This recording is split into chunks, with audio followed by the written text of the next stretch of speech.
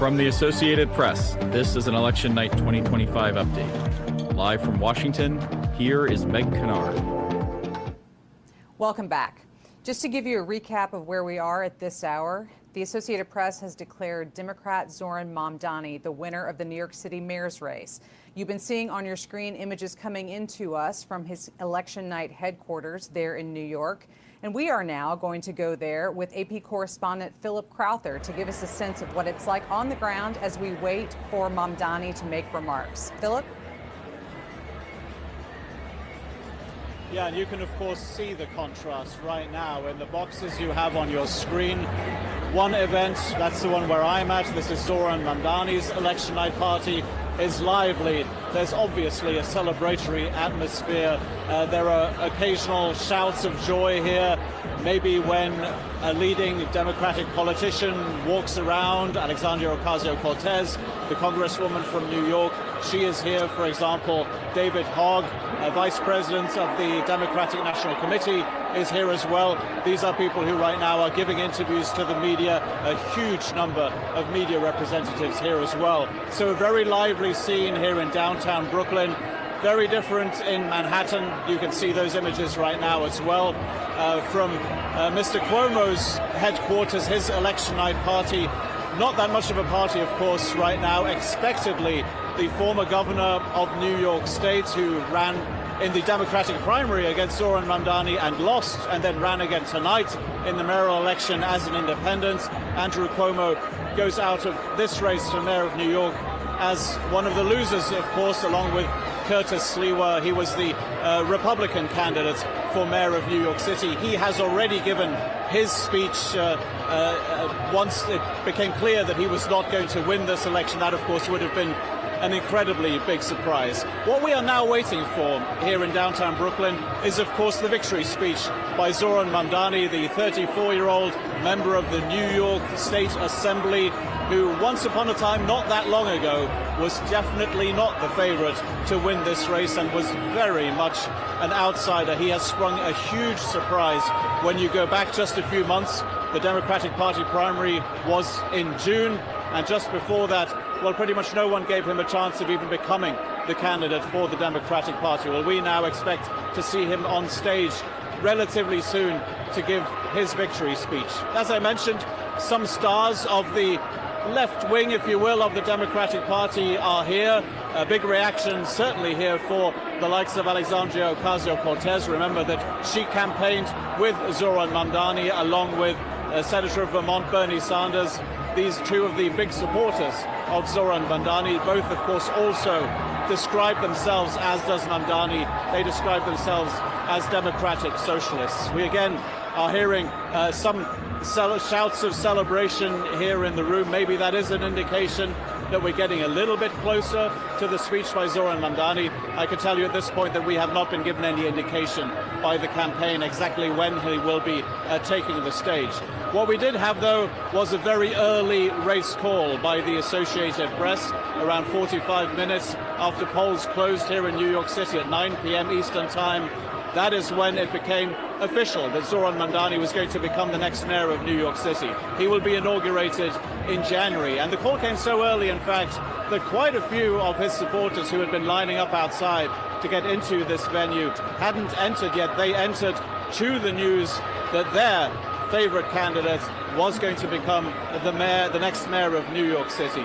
Generally, though, there is very much a celebratory atmosphere, not just here at the headquarters of Zoharan Mamdani, but also in Democratic Party circles right now, with those two victories in the race for the governorship in Virginia and in New Jersey, and obviously here, the victory for Zoharan Mamdani. Those are three very high-profile Democratic wins tonight here. Of course, with Zoharan Mamdani, it's not a surprise that a Democrat wins in New York City.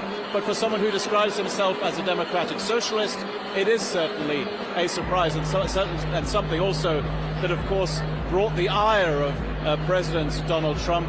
The White House has already commented on this victory by Zoharan Mamdani with a meme that says that Donald Trump is your president. So the reactions coming in thick and fast. The most important one, of course, is going to be that of the candidate himself. Again, we expect Zoharan Mamdani to be on stage here in downtown Brooklyn very soon indeed, and we will, of course, bring that speech to you live as well.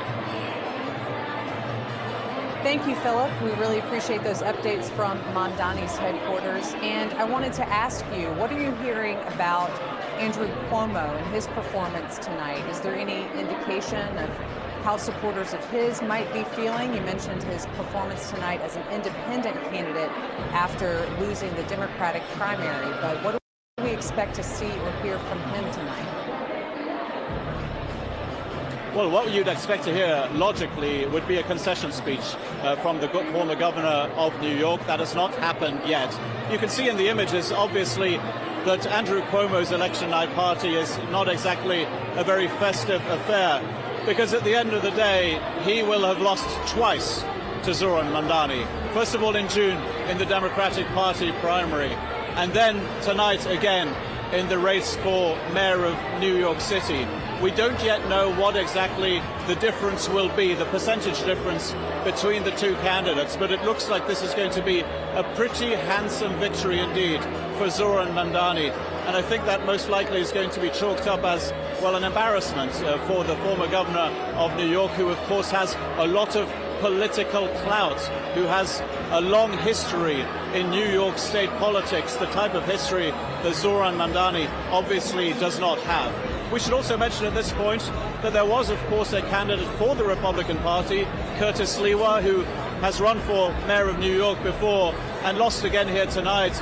Not a surprise. Republicans don't tend to win when it comes to the mayor of New York City, but he again, it looks like, is not going to reach 10% of the vote. So for Andrew Cuomo, obviously a disappointing night, and I think it's time probably for analysts to look at whether this might mark the end of the political career of the former governor of New York.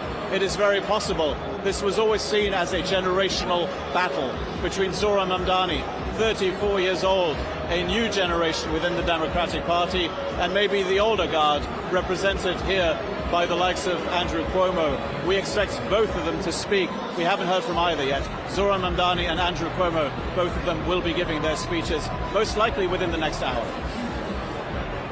Thanks again, Philip. We will continue to keep images up from both campaign evening events. On your screen, you see Mamdani's campaign rally, and below that, Cuomo, where we do see the candidate taking the stage. We can bring you those comments. We also have live images with which we'll be leaving you, coming in from Minneapolis, which is electing a mayor tonight, as well as Detroit, where vote counting is occurring. But for now, let's listen in to former Governor Andrew Cuomo, who has lost the New York City mayoral race.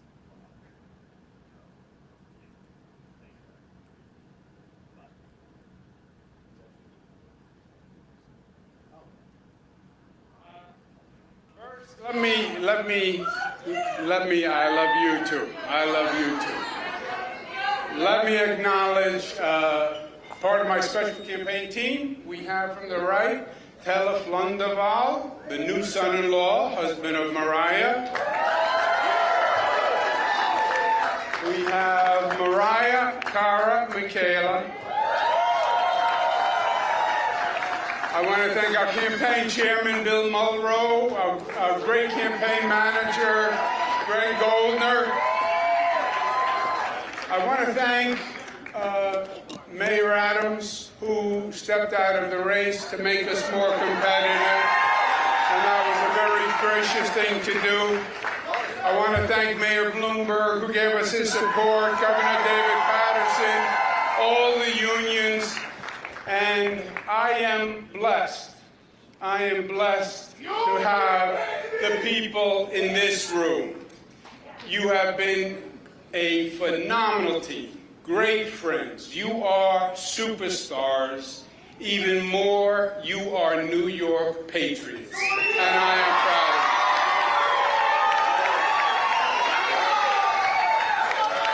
of you.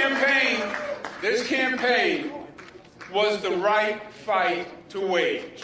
And I am proud of what we did and what we did together. This campaign was to contest the philosophies that are shaping the Democratic Party, the future of this city, and the future of this country.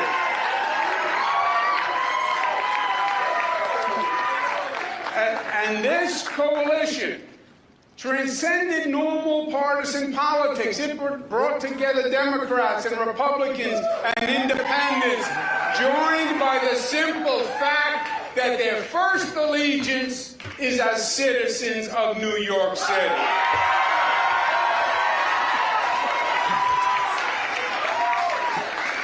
Two million voters, the largest number in modern political history, cared enough to show up in a municipal election.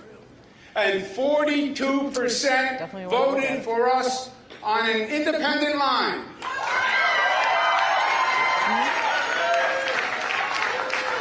That is the highest percentage in modern history.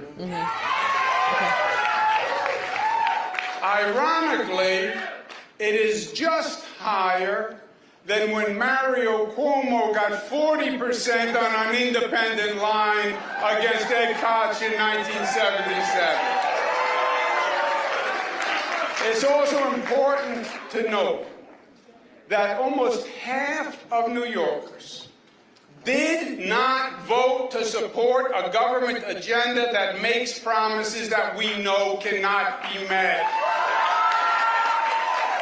We support an economy of jobs, of opportunity, of entrepreneurship. That's what New York is, and that's what New York must remain. We are a nation of laws, and we believe in law and order, and we need the police to keep society safe. We will not make the NYPD the enemy.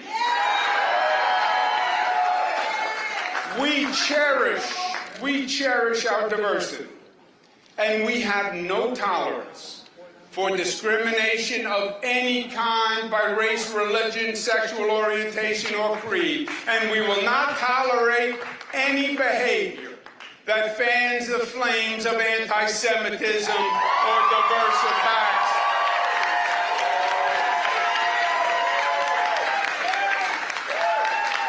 Our strength is our unity.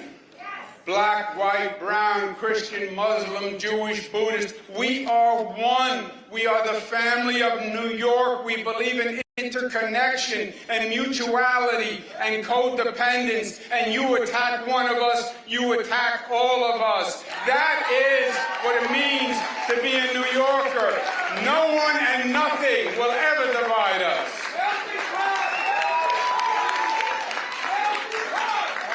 And this campaign was necessary to make that point. A caution flag that we are heading down a dangerous, dangerous road. Well, we made that point, and they heard us, and we will hold them to it. Also, my friends, feel proud, because we accomplished the two important New York characteristics. We got up off the mat after the primary, and we made it a real race when the media had already commenced the coronation. And feel proud, because we fought our hearts out and we left it all on the field.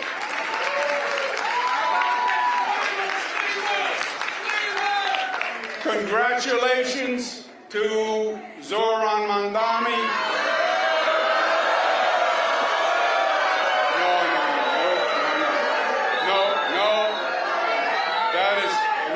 That is not right.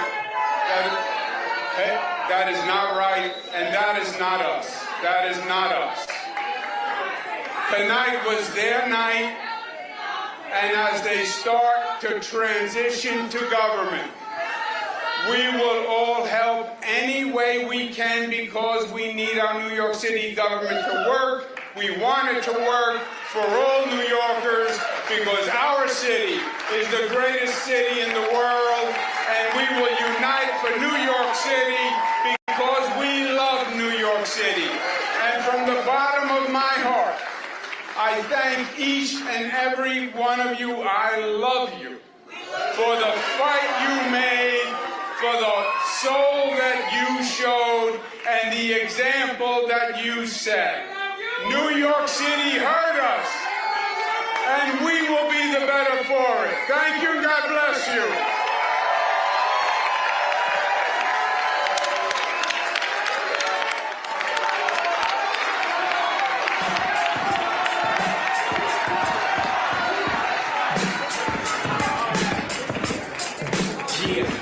Yeah, I'm out at Brooklyn. Now I'm down in Tribeca, right next to the Narrow. But I'll be hood forever. I'm the new Sinatra.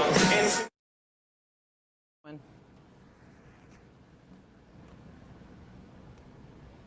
You've been listening to a concession speech from former New York Governor Andrew Cuomo as he acknowledges that he is not the winner of tonight's New York City mayoral race, which the Associated Press has declared was won by Democrat Zoharan Mamdani. So joining me again is Sagar to kind of talk about this race. And now that we've seen the concession speech from Andrew Cuomo, we're still waiting on Zoharan Mamdani. But Cuomo obviously is a very well-known figure in New York politics. He had run as a Democrat in the primary, lost to Mamdani to begin with, then ran as an independent in the general. Talk to us a little bit about the tenor of this speech. It sounded like he was really being willing to work with Mamdani's administration there in New York City. Cuomo's argument the whole time had been that he, as a former governor, had the experience to do this. Ready on day one. They literally had that sign at his event site. That he looks at a guy who is roughly half his age. Mamdani's 34, Cuomo's 67, beating him. Where else is there to go than to say, hey, maybe I can help the guy. Maybe I can help them, because the outstanding question right now is Mamdani ran this very ambitious campaign. How do you go about staffing that? How do you actually go about delivering on what some critics say are undeliverable promises that you've now made? Maybe he can get an ally in Andrew Cuomo, a man who ran the entire state and could have run the city. Cuomo, again, this is now his second loss to Mamdani. That has to sting as a man who held the highest elected office in that state. If he is in fact willing to help, one would think that would have to be a boon for the other people. He has the organizational skills. He has the veteran operatives around him that Mamdani may not. As a 34-year-old, the youngest mayor in more than a century, now running America's biggest city, you're going to need some help. And maybe he can find that now in Andrew Cuomo. And it's not unusual for us to see that in various administrations at different levels for a candidate to come in with perhaps less executive experience, bringing in someone with more experience. I mean, I'm thinking about presidential administrations of both parties in the last couple of decades that have done exactly that when picking their vice presidents, for example. You have to bring in the veteran hand, and it'll be interesting what that dynamic would look like and what role, if there is an official role, we're projecting way ahead now, that Andrew Cuomo may in fact play there. Yeah, for somebody like Andrew Cuomo, who's been in politics in and around New York for a very long time, you'd wonder what that next step is. But perhaps he sees it as being some assistance to Zoharan Mamdani, or maybe that's just a gracious concession of what you say on an election night when you have been bested by your opponent, not once, as you point out, but twice, and so now trying to move forward just in a classy way. And this was a chance. I mean, this, for as stunning as Mamdani's ascent has been, remember Cuomo's spectacular fall 4 years ago as governor. This could have been a comeback for the ages. Clearly that fell apart, and like you said, who knows what comes next, but he did at least show the grace in the speech. He didn't go after him. It was a polite speech, for lack of a better phrase. Sure. Yeah, thank you for that. We can now also go back to New York City, where we have Philip Crowther joining us again from Zoharan Mamdani's campaign night headquarters. We've yet to hear from the candidate himself, but Philip, what are you seeing in those comments that we heard from former Governor Cuomo today? Well, look, it's only a matter of time, I think, before we see Zoharan Mamdani here on stage. His supporters, who are here in their droves and have now been celebrating since the race was called, they were able to watch Andrew Cuomo's concession speech. We are here in downtown Brooklyn. Andrew Cuomo spoke in Manhattan. A concession speech in which Andrew Cuomo, the former governor of New York, was able to silence the boos from the crowd when he congratulated Zoharan Mamdani. I can tell you that here at Mamdani's election night party, there were plenty of boos as well once they saw that Andrew Cuomo, who was Mamdani's opponent not once but twice during the Democratic primary and today in the race for mayor of New York, when they saw that he was about to begin his concession speech. And the moment when he left the stage, when they saw that on camera, and again, they only saw that, but were not able to hear it. You can hear the loud music here at the venue. They essentially all waved him goodbye, happy to see the back of a man who twice tried to beat Zoharan Mamdani and twice failed, after all, because it was in June when the Democratic Party held its primary, and that is when Andrew Cuomo was still a candidate for the Democratic Party and lost, surprisingly, to Zoharan Mamdani. This time along, Cuomo appeared as an independent candidate, having lost the primary for the Democratic Party and lost again to Mr. Mamdani. We will have to wait and see exactly how large the difference is, the percentage difference between the two candidates in the end. But certainly this victory by Zoharan Mamdani came quickly, and it came as a surprise, certainly the speed at which it came to a lot of people here in this room. It's very loud in here. You could probably make that out quite easily. A DJ playing music here right now while we expect Zoharan Mamdani to appear on stage. And some of his biggest supporters, certainly over the last few weeks during campaigning, well, they are here in the room with him, or at least in the building with him, because Mamdani is still to appear on stage, of course. Alexandria Ocasio-Cortez is one of them, the congresswoman representing New York. She is here, and she has been making the rounds, giving all sorts of interviews. She, of course, campaigned together with Mamdani and Senator Bernie Sanders of Vermont, two of the other politicians who consider themselves democratic socialists, just as Zoharan Mamdani does as well. Everybody here knows what the promises were from Mamdani when he was to become mayor of New York City. He will be inaugurated in January. He has promised free childcare. He has promised free public buses. He has promised to freeze the rent on rent-controlled apartments in New York City. All of those considered very populist, but certainly also very popular messages with his supporters here in downtown Brooklyn. And they will certainly want to see those promises repeated here on stage when Mamdani does eventually give his victory speech. The way things go on these election nights, be it during a primary somewhere in the United States or be it during a presidential election, you tend to wait for the concession speech first, let a little bit of time elapse for people to get excited about their candidates coming on stage, and then he or she does, of course, do that. And that is exactly where we find ourselves now, awaiting Zoharan Mamdani and his victory speech. When he does give it, and we haven't been given any indication from the campaign as to exactly how long that is going to take, we will, of course, come back here to New York and bring you that speech live. So, Philip, you've mentioned some of the other Democratic Party celebrities. It's a word that I'm not throwing around really, other than well-known political figures. But it also seems like there's perhaps some influencers and an energy in the room. Given Zoharan Mamdani's age, given the fact that he has run this very digitally focused campaign, can you kind of bring us there? I mean, we can hear the noise behind you and see the excited people, but kind of bring us into that room and let us know exactly, who else are you seeing there, and what are they relating to you in terms of what their takeaways are from this kind of campaign that Mamdani has put together?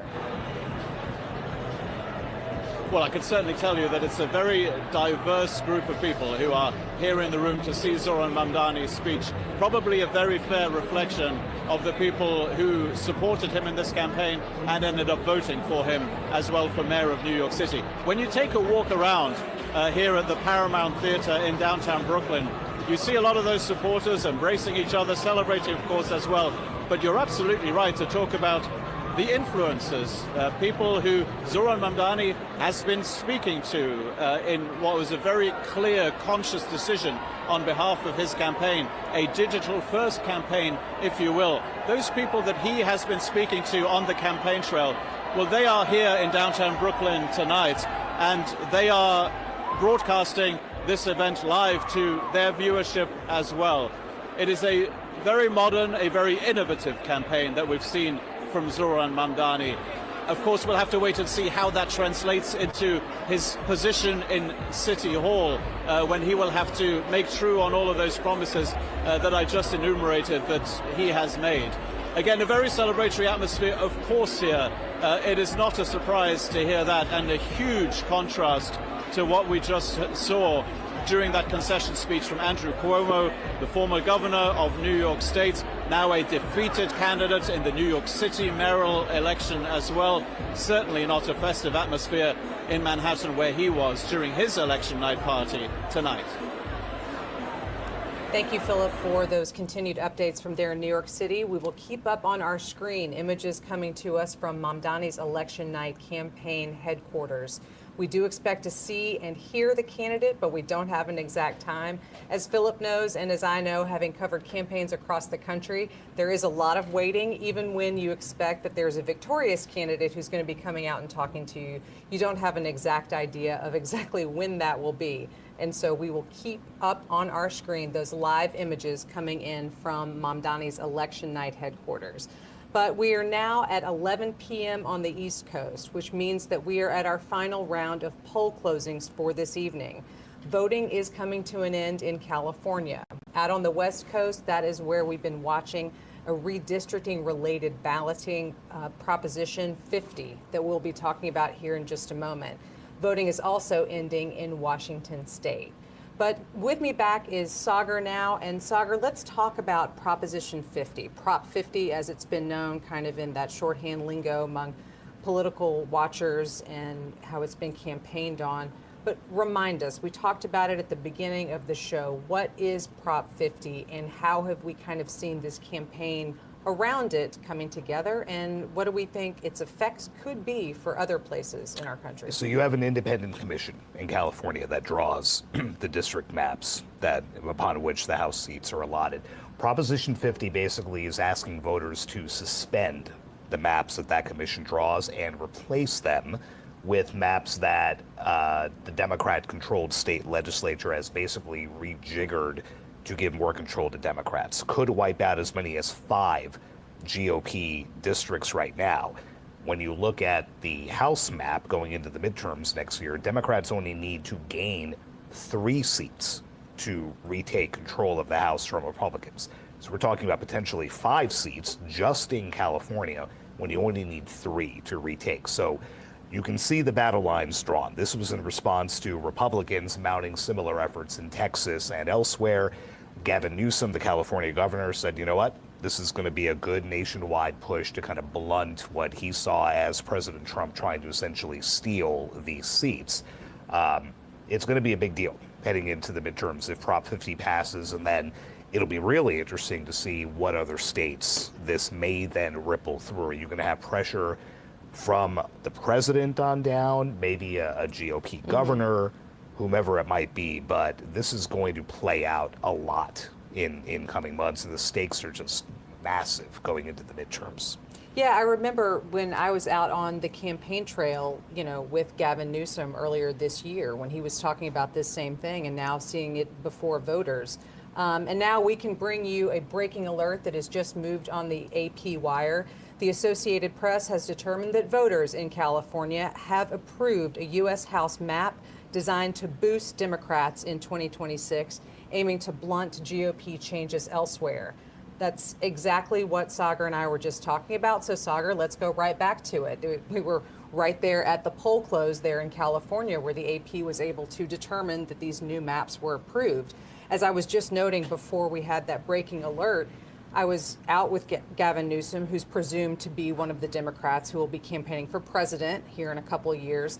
And at that moment, he was talking about the situation in Texas and already talking about how he fully supported the notion of Democrats having their own maps. And there was a lot of criticism of what Texas Republicans were doing, but even months and months ago, Gavin Newsom was already out saying, well, why don't Democrats do this too? We certainly could in some places. As you just noted, there are other states that are already kind of casting forward, maybe in a slower, different sort of process than we see in California, but with legislatures considering these new maps. So it's kind of already a cascading effect, particularly now we see with this California decision today. Yeah, and we'll see these cases come before state courts, perhaps even the Supreme Court, about just how legal it all is to do this mid-cycle. Keeping in mind the calculus for Republicans is the midterms of a presidential administration, 2 years in, that party usually takes a beating. Right. It's not going to take much for Republicans to lose that House majority, which obviously then puts a lot of the president's policies and agenda in turmoil. He's going to want to pull out all the stops to make sure that doesn't happen. And we've seen the sway that he has over Republicans right on down the line, from Congress into state houses, into governor's mansions. So the ripple effects of this could be pretty interesting to come.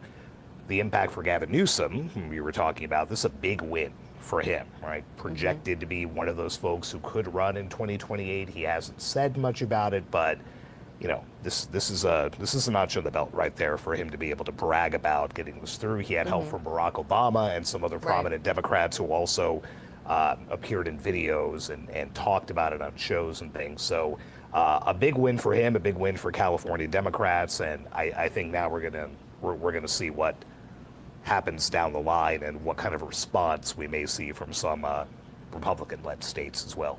Yeah, when we were talking earlier in the evening about former President Obama being involved in the gubernatorial contest that we've been following, but you're right, he did also opt to get involved in this redistricting conversation, which I think some people who follow politics were a little bit surprised by, since former President Obama has been relatively quiet and hasn't been as vocal in terms of not just electoral politics, but also the greater issues. But I guess at this point, he has decided to wade into a few different issues, and redistricting being one of them, saying that he supported the way that California was doing it.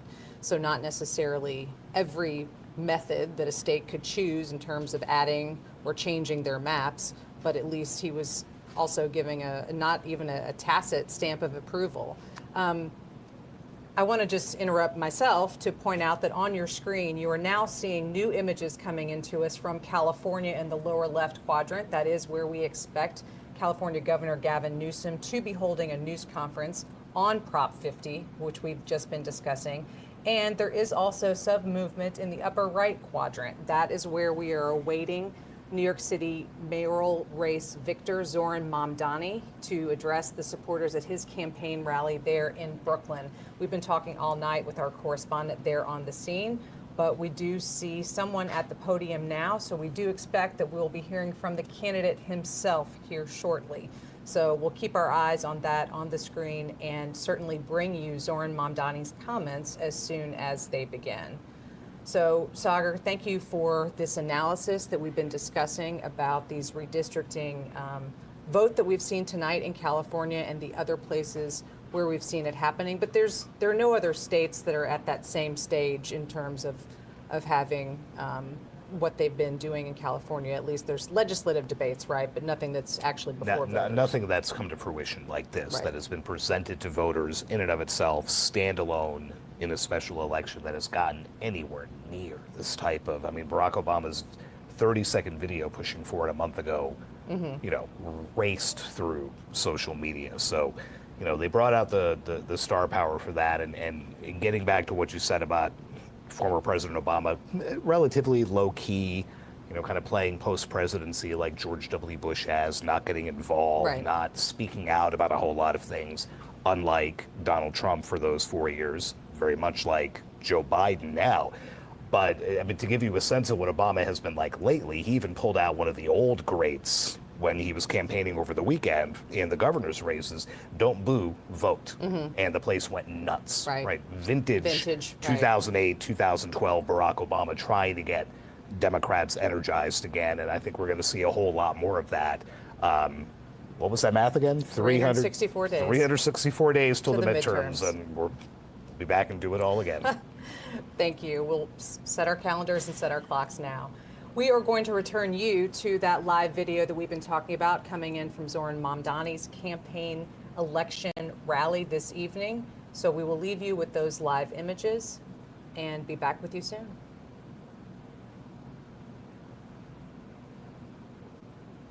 I have been so honored to work with you, learn from you, and support you as you have faced unprecedented scrutiny and at times ugliness and threats from our opponents. You have built a historic campaign, so please give them all a round of applause.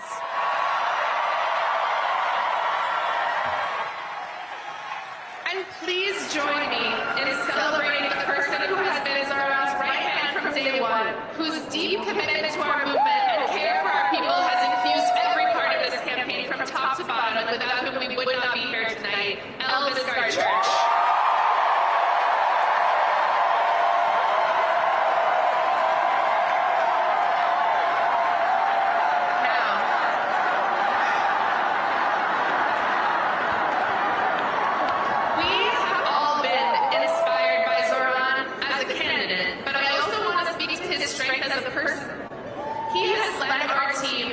This movement with grace, curiosity, good humor, and thoughtfulness.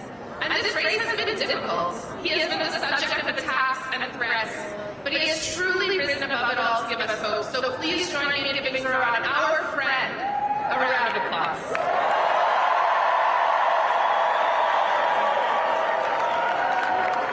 And there are too many supporters to name, so I want to speak to everyone directly. Please raise your hand if you have given to this campaign, whether that is time, labor, knocking a door, hosting an event, creating art. And if you are one of the tens of thousands, this is beautiful, and if you are one of the tens of thousands of people who contributed but cannot be with us tonight, this is for you as well. You have made history. You set unreachable goals and then exceeded them. You believed in this city and believed in each other. And you achieved something that people will speak of for decades to come. You led with kindness and compassion. And most importantly, during a time of despair and rising fascism, you decided to fight for someone that you don't know. So thank you.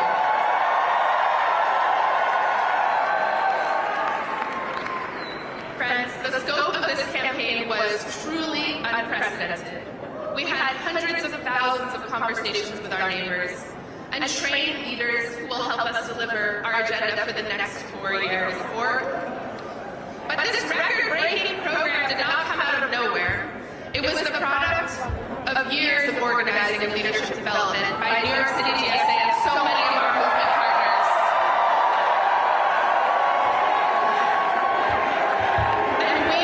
And we were so fortunate to be led on this campaign by someone who has been a part of this work from the beginning. She led Julia Salazar's groundbreaking campaign in 2018. And since then has been behind the scenes in so many of our victories. If this campaign made you feel powerful, or taught you something, or showed you discipline, or brought you joy, you have this person to thank. She is caring, wise, and deeply committed to our movement. And I am sure she is backstage losing her mind at being called out like this. But I need everyone here to please join me in giving her the longest and loudest round of applause, our organizing director, Tasha.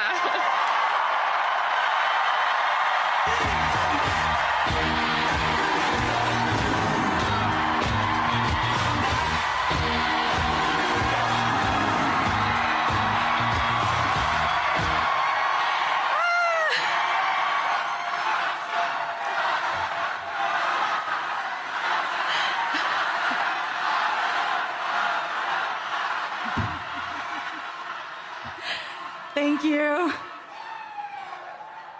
This is very exciting. Thank you, everyone. I'm Tasha, and I've had the honor of being the field director on this campaign.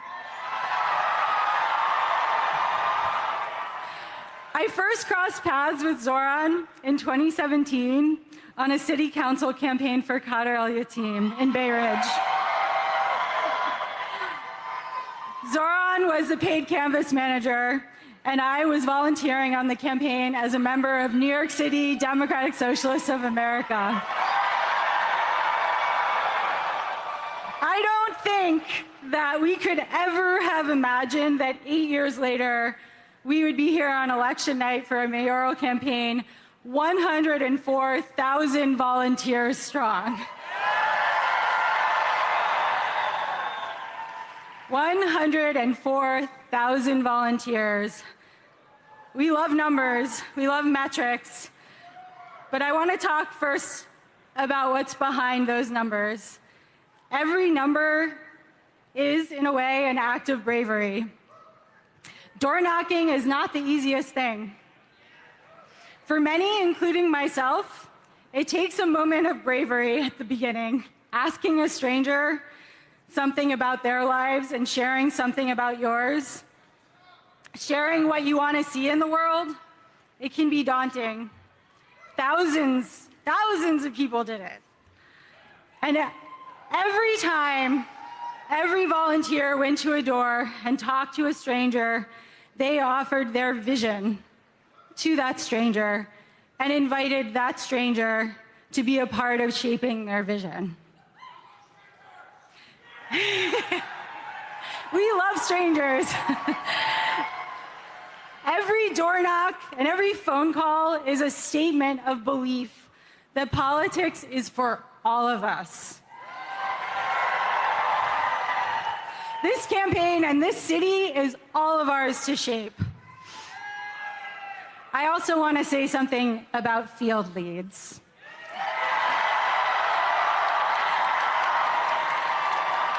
All of our canvases, for those who don't know, all of our canvases have been led by volunteers we call field leads. Many of them are here. Most led a shift every week, and some led a shift every week since December. And every time they led a canvass, and they were the ones welcoming new volunteers into our movement. They were the ones who helped inspire folks coming out to canvass for the first time. Without those 700 people who chose to step into leadership in an uncertain moment and try something new and scary, this field operation at this scale would not have happened. Those 700 people prove that leadership isn't about having all of the answers, it's about the willingness to step into the unknown and inspire others to imagine something better. So here are the numbers. Over 104,000 volunteers made over 4.4 million calls. At around noon today, a volunteer knocked our 3 millionth door.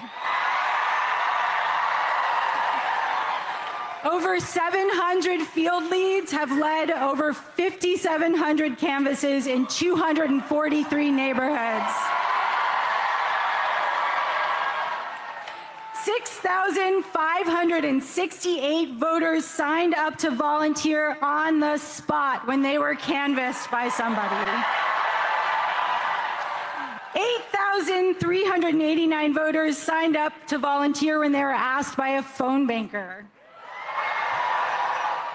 These are unprecedented numbers. The bravery that you all have shown, that this field operation carried across all 5 boroughs, is going to transform our city. What all 100,400 of us have accomplished has rewritten the possibilities of mass democratic action. And it doesn't stop tonight. We all know that we won't stop at electing Zoharan. We will continue to fight to bring the affordable of New York City to life. I am so excited to do that with all of you. And now I'm so honored to introduce the person you've been waiting to hear. We've worked for many years to bring about change in New York City that it so urgently needs. He's been a friend, and he is the next mayor of the greatest city on earth, Zoharan Mamdani.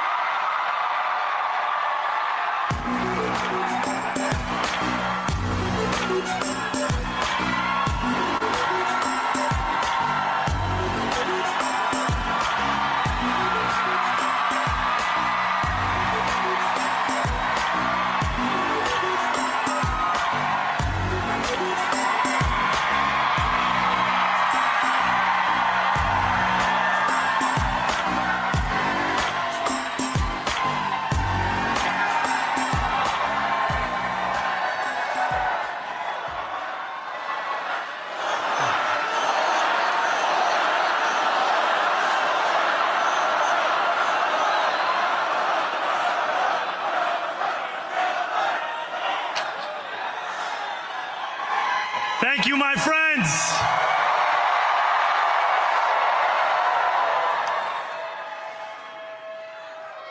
The sun may have set over our city this evening, but as Eugene Debs once said,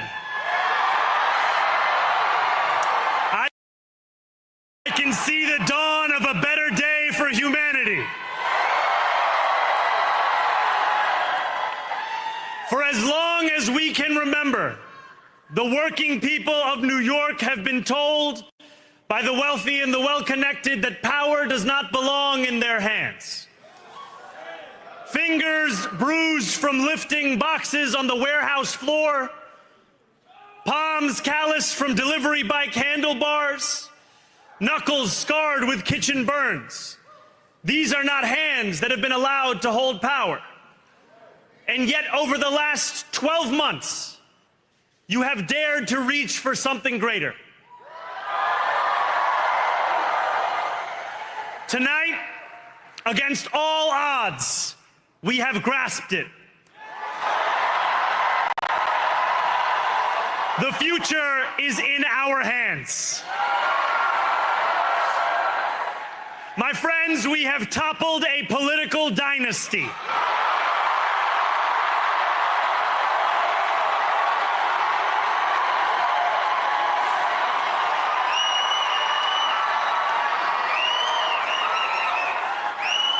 I wish Andrew Cuomo only the best in private life.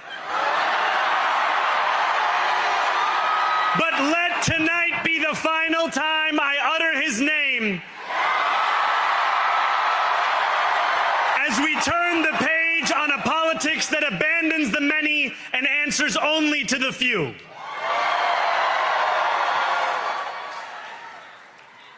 New York, tonight you have delivered a mandate for change, a mandate for a new kind of politics, a mandate for a city we can afford, and a mandate for a government that delivers exactly that. On January 1st, I will be sworn in as the mayor of New York City.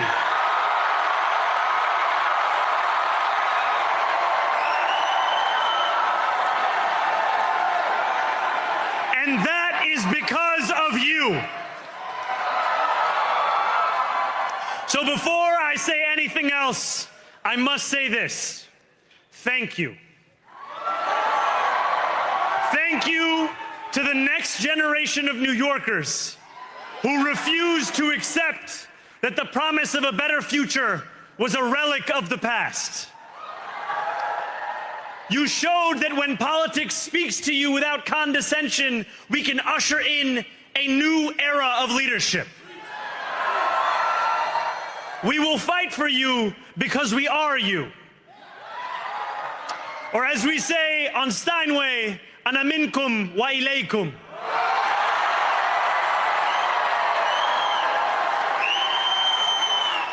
Thank you to those so often forgotten by the politics of our city who made this movement their own. I speak of Yemeni bodega owners and Mexican abuelas, Senegalese taxi drivers and Uzbek nurses, Trinidadian line cooks and Ethiopian aunties. Yes, aunties. To every New Yorker in Kensington and Midwood and Hunts Point, know this. This city is your city, and this democracy is yours too. This campaign is about people like Wesley, an $11.99 organizer I met outside of Elmhurst Hospital on Thursday night. A New Yorker who lives elsewhere, who commutes 2 hours each way from Pennsylvania because rent is too expensive in this city. It's about people like the woman I met on the BX33 years ago, who said to me, I used to love New York, but now it's just where I live. And it's about people like Richard, the taxi driver I went on a 15-day hunger strike with outside of City Hall, who still has to drive his cab 7 days a week. My brother, we are in City Hall now.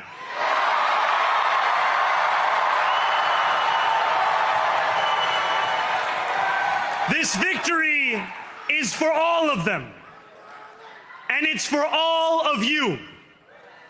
The more than 100,000 volunteers who built this campaign into an unstoppable force. Because of you, we will make this city one that working people can love and live in again. With every door knocked, every petition signature earned, and every hard-earned conversation, you eroded the cynicism that has come to define our politics. Now, I know that I have asked for much from you over this last year. Time and again, you have answered my calls. But I have one final request. New York City, breathe this moment in. We have held our breath for longer than we know. We have held it in anticipation of defeat. Held it because the air has been knocked out of our lungs too many times to count. Held it because we cannot afford to exhale. Thanks to all of those who sacrificed so much, we are breathing in the air of a city that has been reborn.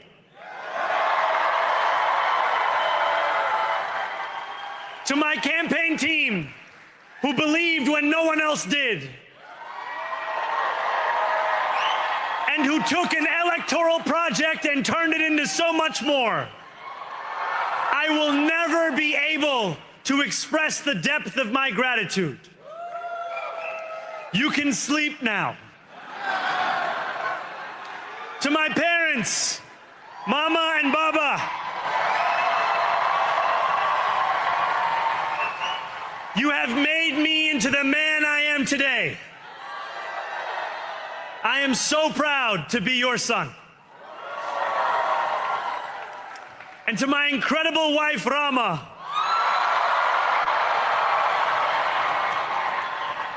Hayati, there is no one I would rather have by my side in this moment and in every moment. To every New Yorker, whether you voted for me for one of my opponents, or felt too disappointed by politics to vote at all, thank you for the opportunity to prove myself worthy of your trust. I will wake each morning with a singular purpose: to make this city better for you than it was the day before.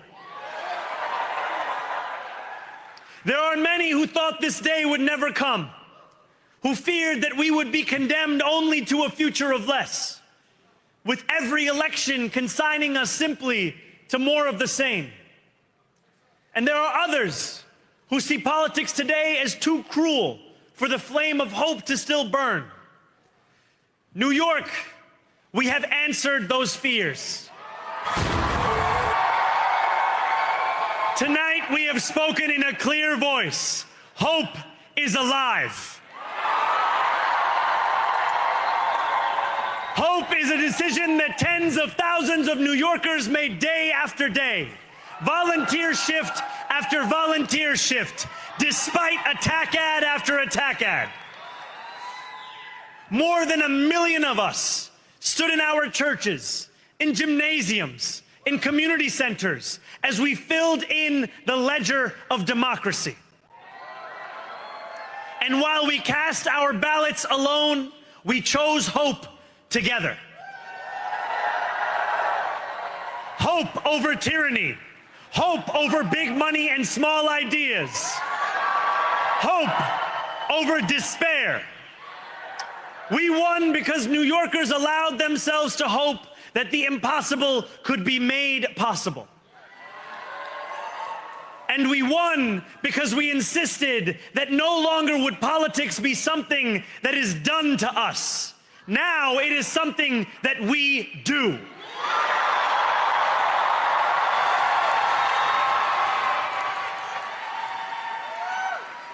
Standing before you, I think of the words of Jawaharlal Nehru. A moment comes but rarely in history when we step out from the old to the new, when an age ends and when the soul of a nation long suppressed finds utterance. Tonight we have stepped out from the old into the new. So let us speak now with clarity and conviction that cannot be misunderstood about what this new age will deliver and for whom. This will be an age where New Yorkers expect from their leaders a bold vision of what we will achieve, rather than a list of excuses for what we are too timid to attempt. Central to that vision will be the most ambitious agenda to tackle the cost of living crisis that this city has seen since the days of Fiorella LaGuardia.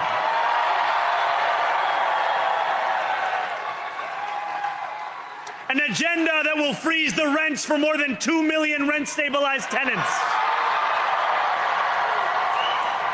Make buses fast and free. And deliver universal child care across our city. Years from now, may our only regret be that this day took so long to come. This new age will be one of relentless improvement. We will hire thousands more teachers. We will cut waste from a bloated bureaucracy. We will work tirelessly to make lights shine again in the hallways of NYCHA developments where they have long flickered. Safety and justice will go hand in hand as we work with police officers to reduce crime and create a department of community safety that tackles the mental health crisis and homelessness crises head on. Excellence will become the expectation across government, not the exception. In this new age we make for ourselves, we will refuse to allow those who traffic in division and hate to pit us against one another. In this moment of political darkness, New York will be the light. Here, We believe in standing up for those we love. Whether you are an immigrant, a member of the trans community, one of the many black women that Donald Trump has fired from a federal job, a single mom still waiting for the cost of groceries to go down, or anyone else with their back against the wall, your struggle is ours too. And we will build a city hall that stands steadfast alongside Jewish New Yorkers and does not waver in the fight against the scourge of anti-Semitism. Where the more than 1 million Muslims know that they belong. Not just in the 5 boroughs of this city, but in the halls of power. No more will New York be a city where you can traffic in Islamophobia and win an election.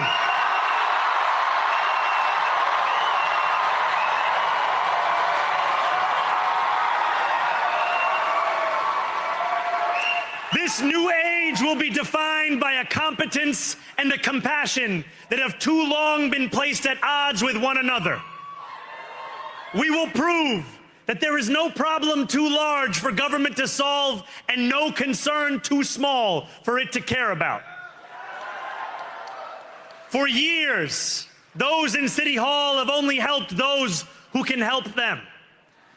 But on January 1st, we will usher in a city government that helps everyone. Now, I know that many have heard our message only through the prism of misinformation. Tens of millions of dollars have been spent to redefine reality and to convince our neighbors that this new age is something that should frighten them. As has so often occurred, the billionaire class has sought to convince those making $30 an hour that their enemies are those earning $20 an hour. They want the people to fight amongst ourselves so that we remain distracted from the work of remaking a long broken system. We refuse to let them dictate the rules of the game anymore. They can play by the same rules as the rest of us.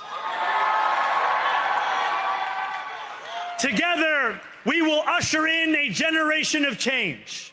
And if we embrace this brave new course, rather than fleeing from it, we can respond to oligarchy and authoritarianism with the strength it fears, not the appeasement it craves.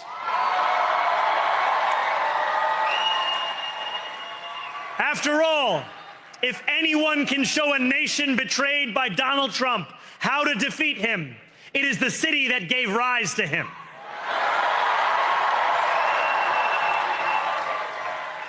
And if there is any way to terrify a despot, it is by dismantling the very conditions that allowed him to accumulate power. This is not only how we stop Trump, it's how we stop the next one. So, Donald Trump, since I know you're watching, I have 4 words for you. Turn the volume up.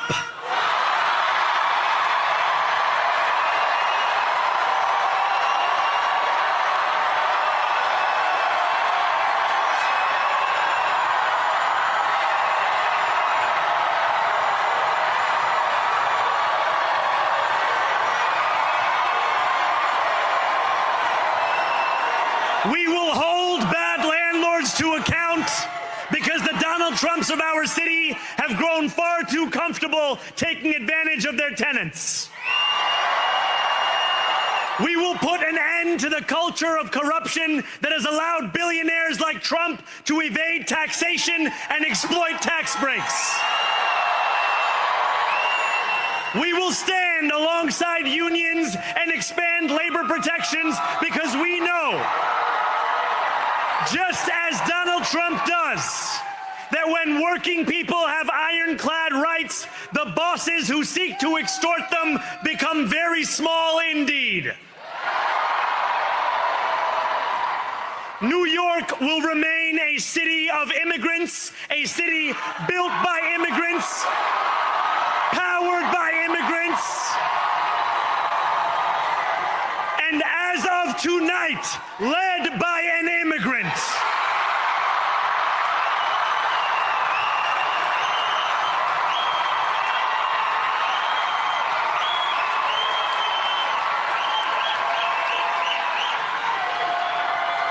So hear me, President Trump, when I say this. To get to any of us, you will have to get through all of us.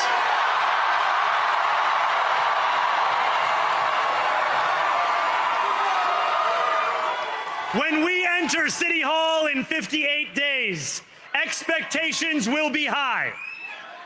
We will meet them. A great New Yorker once said that while you campaign in poetry, you govern in prose.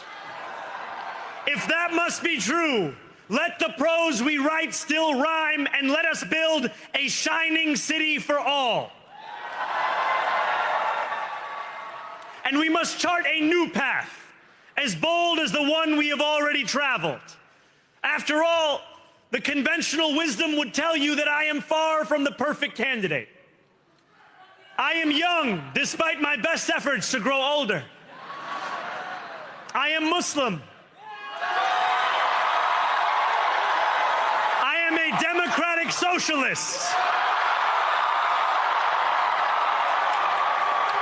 And most damning of all, I refuse to apologize for any of this.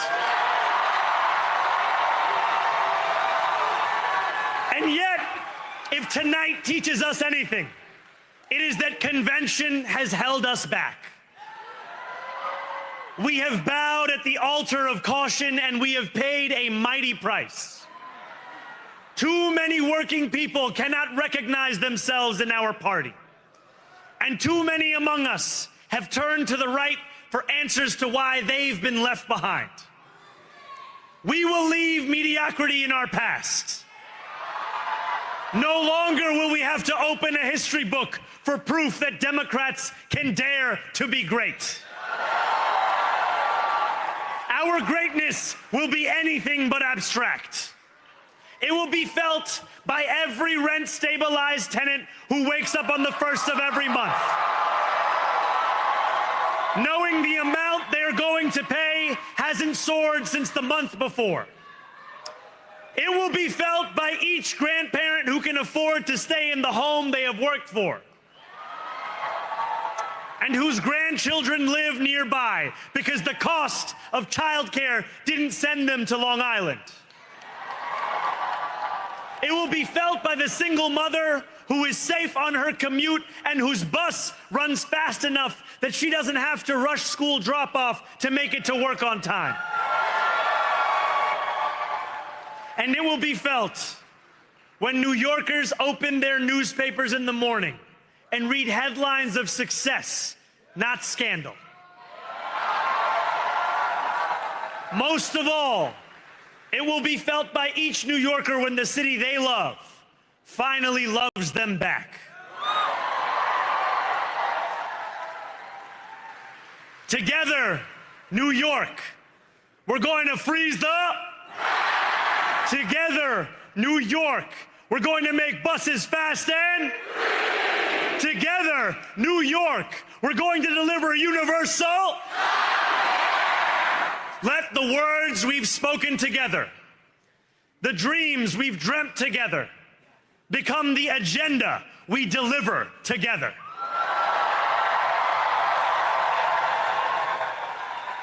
New York, this power, it's yours. This city belongs to you. Thank you.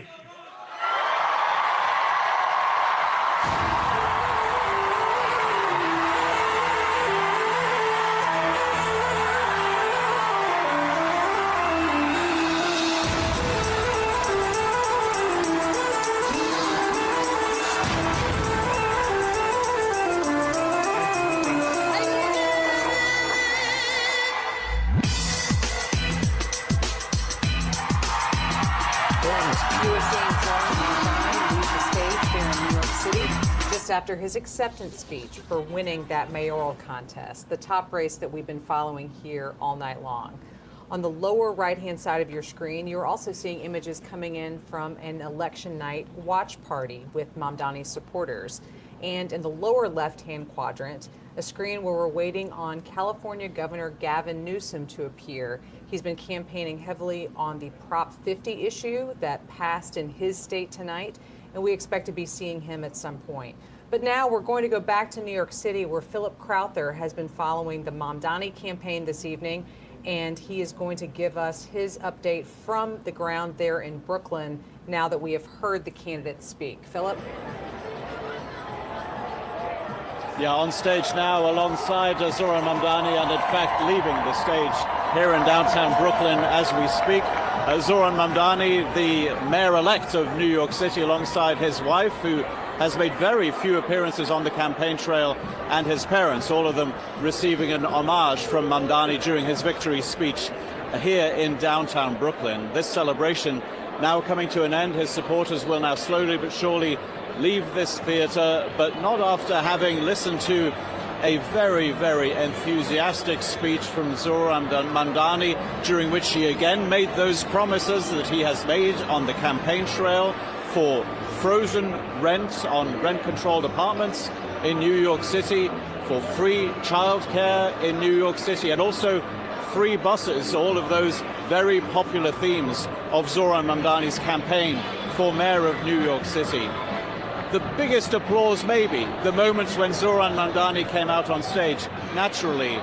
But maybe the biggest shouts of enthusiasm also here in this theater in downtown Brooklyn, the moment when Zoharan Mamdani took on Donald Trump by name. We weren't necessarily expecting that, because Mamdani has been somebody who hasn't necessarily seen this as an election during which he had to go up against Donald Trump, despite the fact that he had been criticized at length by the president. But he here said that essentially this was the end of people like Donald Trump in New York City, members of what he calls the oligarchy, that the end of the likes of Donald Trump is happening in the city that saw him rise as well. He addressed Donald Trump directly here, knowing, in Zoharan Mamdani's opinion, that the president was in fact watching this at the White House. He might well have done, because Donald Trump is a president who is very invested and very interested in this mayoral election here in New York City. A reminder also from Mamdani that the big change here in New York City is still to come. Of course, the inauguration of the mayor will be happening on the 1st of January, and that is when he says that a new era will begin for this city. He has celebrated the end of a political dynasty, in the words of Zoharan Mamdani, still the 34-year-old member of the New York State Assembly and soon to be mayor of New York City. When he talks about the end of a political dynasty, he's talking about Andrew Cuomo, the former governor of New York, who lost to him in the Democratic primary in June and has lost to him again here tonight as an independent in this run for mayor of New York City. As we see the last few moments here of Zoharan Mamdani's victory party at his election night party here in Brooklyn, we expect to hear news from another very important man tonight. That is Gavin Newsom, the governor of California, on the night that Proposition 50 was voted through by the residents of California. We expect Gavin Newsom to be speaking soon, and we will be bringing you those images as soon as he takes the stage. In the meantime here, it's time for us to reflect on what will go down undoubtedly as a very successful night for Democrats indeed, with an expected win here in New York City for the mayor of the city, but also with victories in the races for the governorships in Virginia and New Jersey. Both of those pretty emphatic wins in the end for Democrats that were called pretty early as well, giving Democrats a lot of chances, a lot of time to celebrate. Of course, all of this capped off by the victory speech by Zoharan Mamdani here in New York. It will be followed again very soon indeed by Gavin Newsom, the governor of California, who will be speaking about Proposition 50. and who, of course, also is somebody who might have presidential ambitions of his own. With that, we'll leave you here from downtown Brooklyn and go back to Washington, D.C. and Meg Kennard as we expect Gavin Newsom, the governor of California, to speak. Thank you, Philip, for that recap of tonight in New York City and your analysis of Zoharan Mamdani's historic win there in the nation's largest city. As Philip mentioned, we are still awaiting comments from California Governor Gavin Newsom at this hour. The Proposition 50 campaign that deals with redistricting in that state, aimed at adding Democratic seats to the congressional delegation, has passed tonight. This is something that Gavin Newsom has campaigned for, something he's been mentioning as he travels across the state and across the country. Newsom is expected to be among the Democrats competing for his Democratic presidential nomination in 2028, and I've heard him mentioning it already along that campaign trail. So, Sagar, we can talk really briefly about what we heard from Mamdani and also maybe what we're expecting to hear from Newsom. This is kind of like the capstone to our election night coverage. But what was like your biggest takeaway from hearing Mamdani talk about his campaign and what he hopes to be accomplishing as mayor? Reveling and saying that he's going to give the power back to the people of New York. He mentioned taxi drivers. He mentioned bodega owners. He mentioned aunties. He went up and down the line saying this was a mandate for change. We toppled a political dynasty before he went after Andrew Cuomo to a degree. It was the same message that we've been hearing, that power was concentrated, that it was for the rich New Yorkers. It wasn't for, again, the folks who own the bodega or own the other little corner store or drive the cab or work as nurses or whatever it might be. And he made it a point to list various ethnic groups, nationalities, right down the line. The question is, with all these promises that he's made that really electrified people and led to this just incredible rise that he's enjoyed, how does he now pull this off? Right? That's got to be the question that gets asked now. There's going to be a whole lot of work to do. I mean, he's talking about free city bus rides, free child care, government-run stores. How do you pay for that? Kathy Hochul, the governor of New York, has been rejecting his pushes for higher taxes. That money's got to come from somewhere. So I think that's going to start being the question tomorrow is, okay, everybody bought into your idea. How do you do it? How do you make it reality? And that's the next step. That's what we often hear when we're covering presidential campaigns and other campaigns across the country, campaign trail promises, but then what does that look like in reality? And is that something an executive can just wave a magic wand or sign an order and make happen? And no, not without the money you can't, so right. That becomes the question. Definitely. Now, as we're still awaiting Governor Gavin Newsom out in California, I just want to take stock of this evening, kind of take the big picture. We've seen certainly Democratic win in the New York City mayor's race. The Democratic-backed proposal in California was a win for them, as well as the two governor's races that we were following, New Jersey and Virginia. Taking stock of that and spinning forward to the midterms coming up next year, what do you consider is on the minds of Democrats and on the minds of Republicans as they're thinking about tonight and thinking about next year? It has to give Democrats optimism because they swept everything big. I mean, in addition, there were some other ballot initiatives. We haven't even touched on the Pennsylvania Supreme Court, where 3 Democratic justices who were up for what are called retention votes all won. Had they not, you could have had a whole lot of partisan roadblocks, for the next year in one of the biggest, most populous battleground states for the presidency. So that all bodes well. But if you look at this and say, okay, now there's a playbook. We can turn around our fortunes from 2024, and here's how we win in 2026. A few caveats. Limited states today, almost all of them were blue-leaning.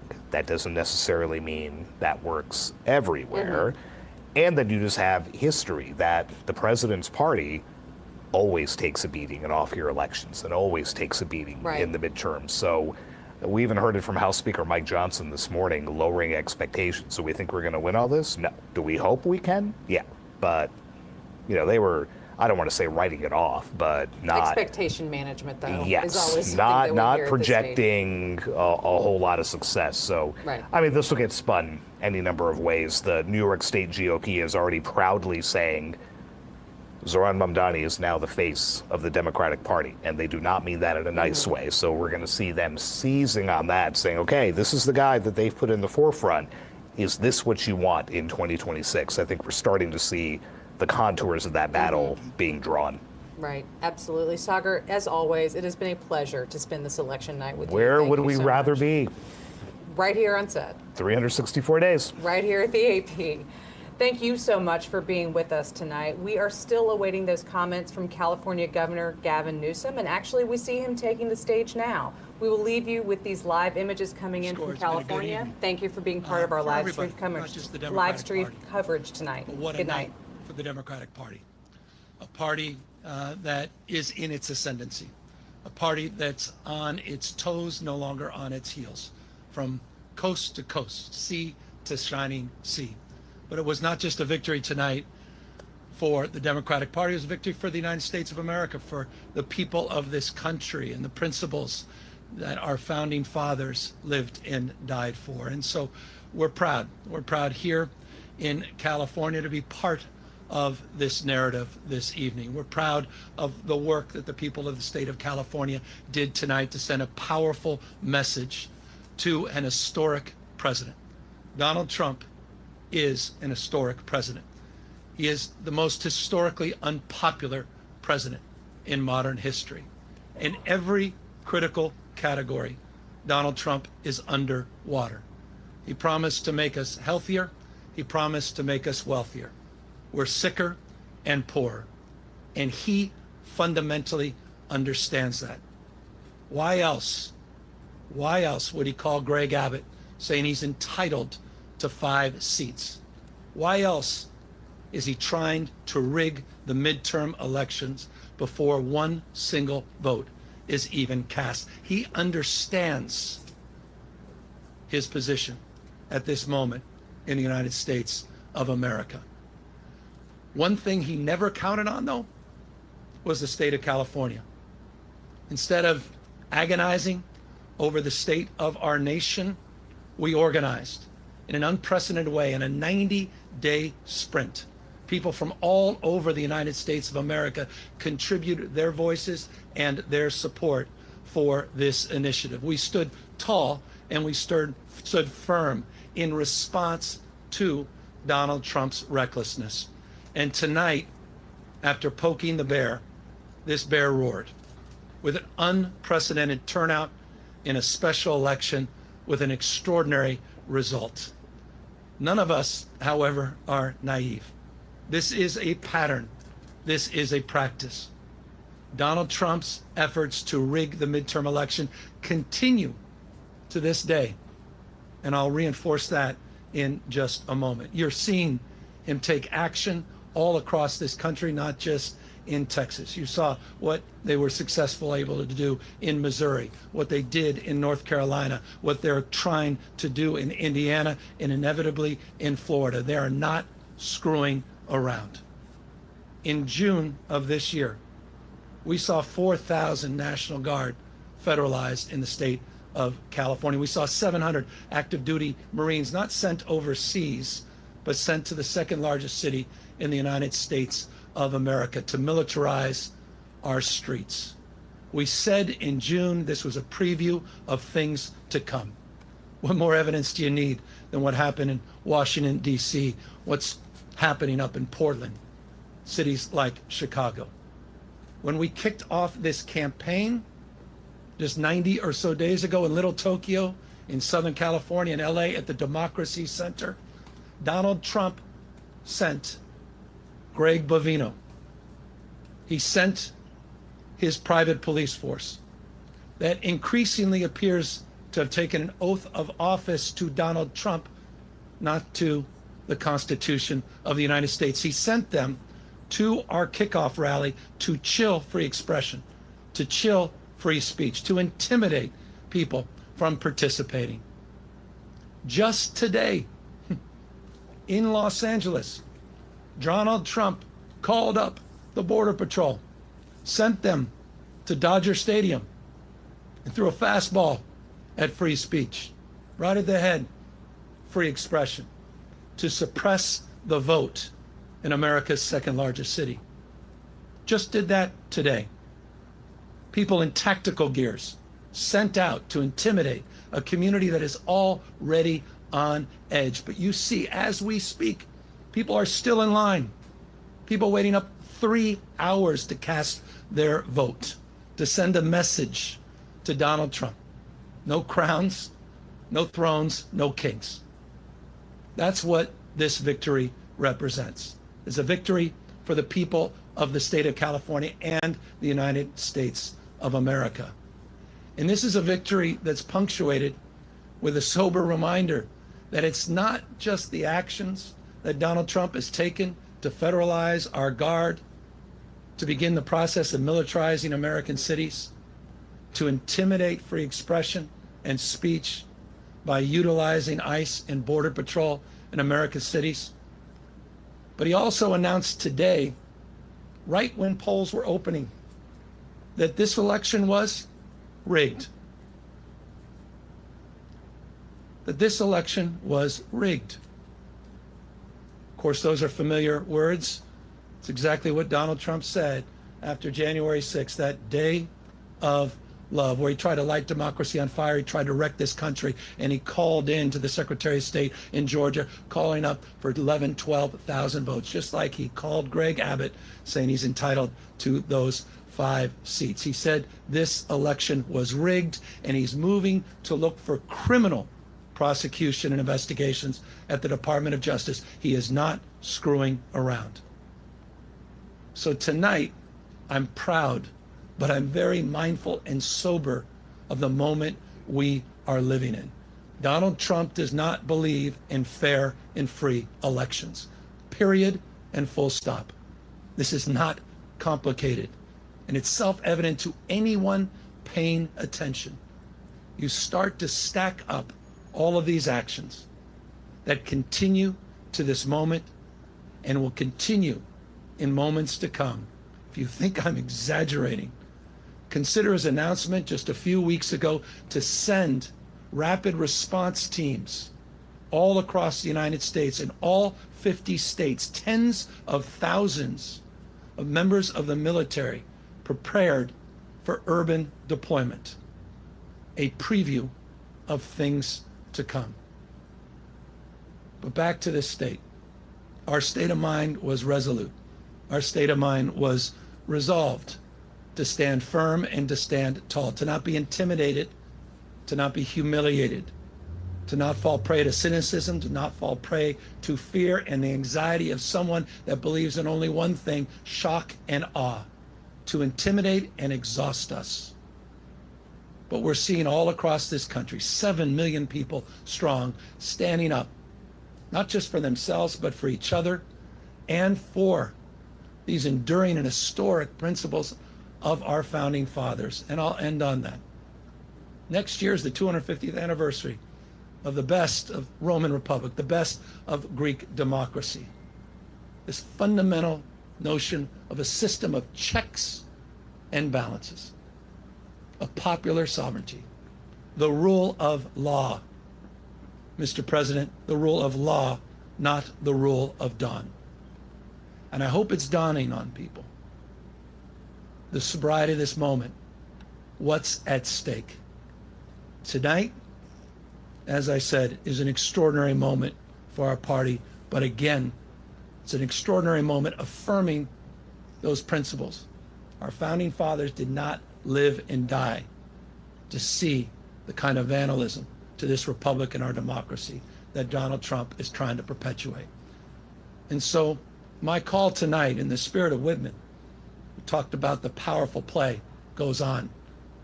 We all must contribute a verse. And so we need the state of Virginia. We need the state of Maryland.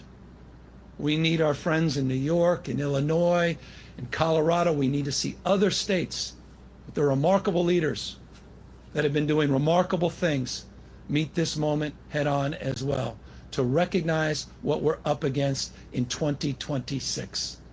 And let me make this crystal clear. We can de facto end Donald Trump's presidency as we know it the minute Speaker Jeffries gets sworn in as Speaker of the House of Representatives. It is all on the line. A bright line in 2026. And so I want to thank everybody that stood up, not just for our democracy, but stood up for those that have feel bullied and intimidated, stood up for this notion of co-equal branches of government and a system of checks and balances. And I want to thank my wife, who reminds me every single day that this is about those that feel alone, those that feel isolated, those that feel an anxiety and a stress that they never could have imagined in their lives. This was about saying to them, we have your back, we see you, you matter, we care. And I'll just say this, I'm confident as we move forward into 2026 in this country, the best is yet to come. Thank you very much. What's the lesson for other Democrats from tonight? Do you think President Trump will hear the message? Governor, you learned about ICE signatures of full 30 evidence of that.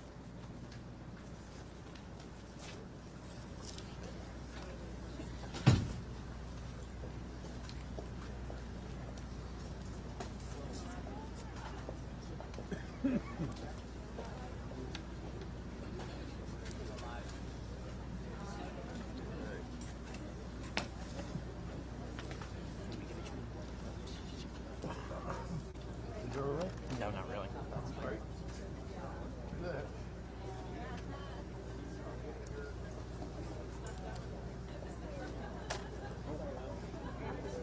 Still up live.